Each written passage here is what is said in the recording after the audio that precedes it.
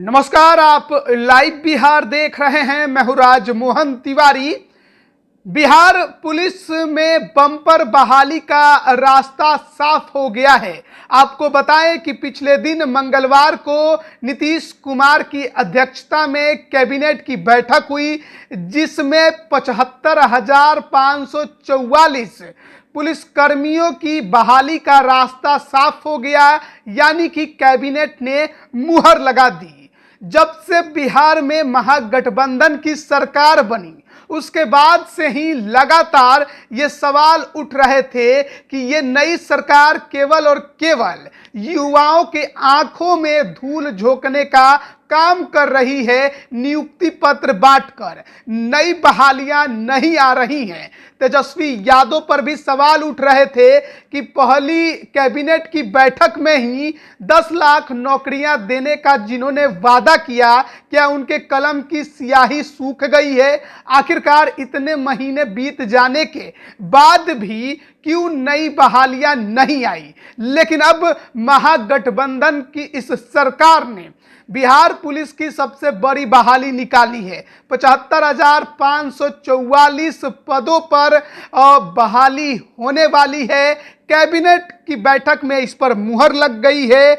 और आपको बताएं कि इसमें पहले चरण में 48,447 और दूसरे चरण में 19,288 पद भरे जाएंगे। इसके अलावा डायल 112 के प्रथम चरण के लिए पुलिस संवर्ग एवं गैर पुलिस संवर्ग के कुल 78,008 पदों के सृजन की स्वीकृति दे दी गई है। महागठबंधन सरकार बनने के बाद कैबिनेट का ये सबसे बड़ा फैसला माना जा रहा है। महागठबंधन के साथ सरकार बनने के बाद तेजस्वी यादव उप मुख्यमंत्री बने। 10 लाख नौकरी देने का वादा उन्होंने 2020 के विधानसभा चुनाव में ही किया था, लेकिन अब तक कोई बड़ा फैसला नई सरकार बनने के बाद उनके तरफ से या उनके इस नई सरकार के तरफ से नहीं आया था।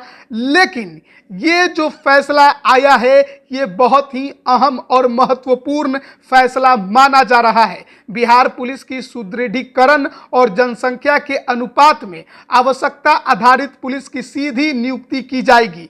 दरअसल डिप्यूटी सीएम के ऊपर जो सवाल उठ रहे थे, जिस प्रकार से नियुक्ति पत्र वो बांट रहे थे और विपक्ष लगातार उन पर यह आरोप लगाता रहा कि मुख्यमंत्री और उप मुख्यमंत्री जो नियुक्ति पत्र बांट रहे हैं वो एनडीए के कार्यकाल की बहालियां हैं और केवल जनता के आंखों में धूल झोंकने का वो काम कर रहे हैं। तो अब इन तमाम आरोपों से ये महागठबंधन की सरकार भी अपने आप को बचाते दिखाई देगी। और साथ ही साथ एक तरह से कहिए कि इतनी बड़ी बहालियां निकालने के बाद बीजेपी पर गंभीर और ज्यादा होकर वो सवाल उठाएगी और उनसे सवाल पूछेगी भी। लेकिन तेजस्वी यादव को अभी और काम करने होंगे। शिक्षक बहाली का मुद्दा अभी अटका पड़ा है, उसमें भी देखना होगा कि कब तक जो अभ्यर्थी हैं उनकी मांगों को पूरा किया जाता है। हालांकि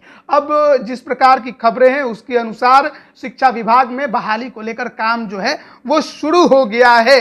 तो अब महागठबंधन की इस नई सरकार ने इतनी बड़ी बहाली देकर बिहार के जो बेरोजगार युवा हैं और खासकर वो जो पुलिस में सेवा देने की इच्छा रखते हैं, कहीं ना कहीं उनके सामने एक बड़ा मौका है कि वो अपनी योग्यता के आधार पर तैयारी करते हुए पुलिस अगर बनने की इच्छा रखते हैं तो वो आगे परीक्षा देकर अपनी इच्छाओं को पूरा कर सकते हैं। क्योंकि 75,544 पदों की ये बहाली छोटी बहाली नहीं है। देखना होगा कि अब इसके लिए विज्ञापन कब से आने शुरू होते हैं और परीक्षा आखिरकार कब तक पूरी कर ली जाती है। बने रहिए लाइव बिहार के साथ। आप सभी का बहुत बहुत धन्यवाद। लाइव बिहार यूट्यूब पर सब्सक्राइब और फेसबुक पर लाइक जरूर करें।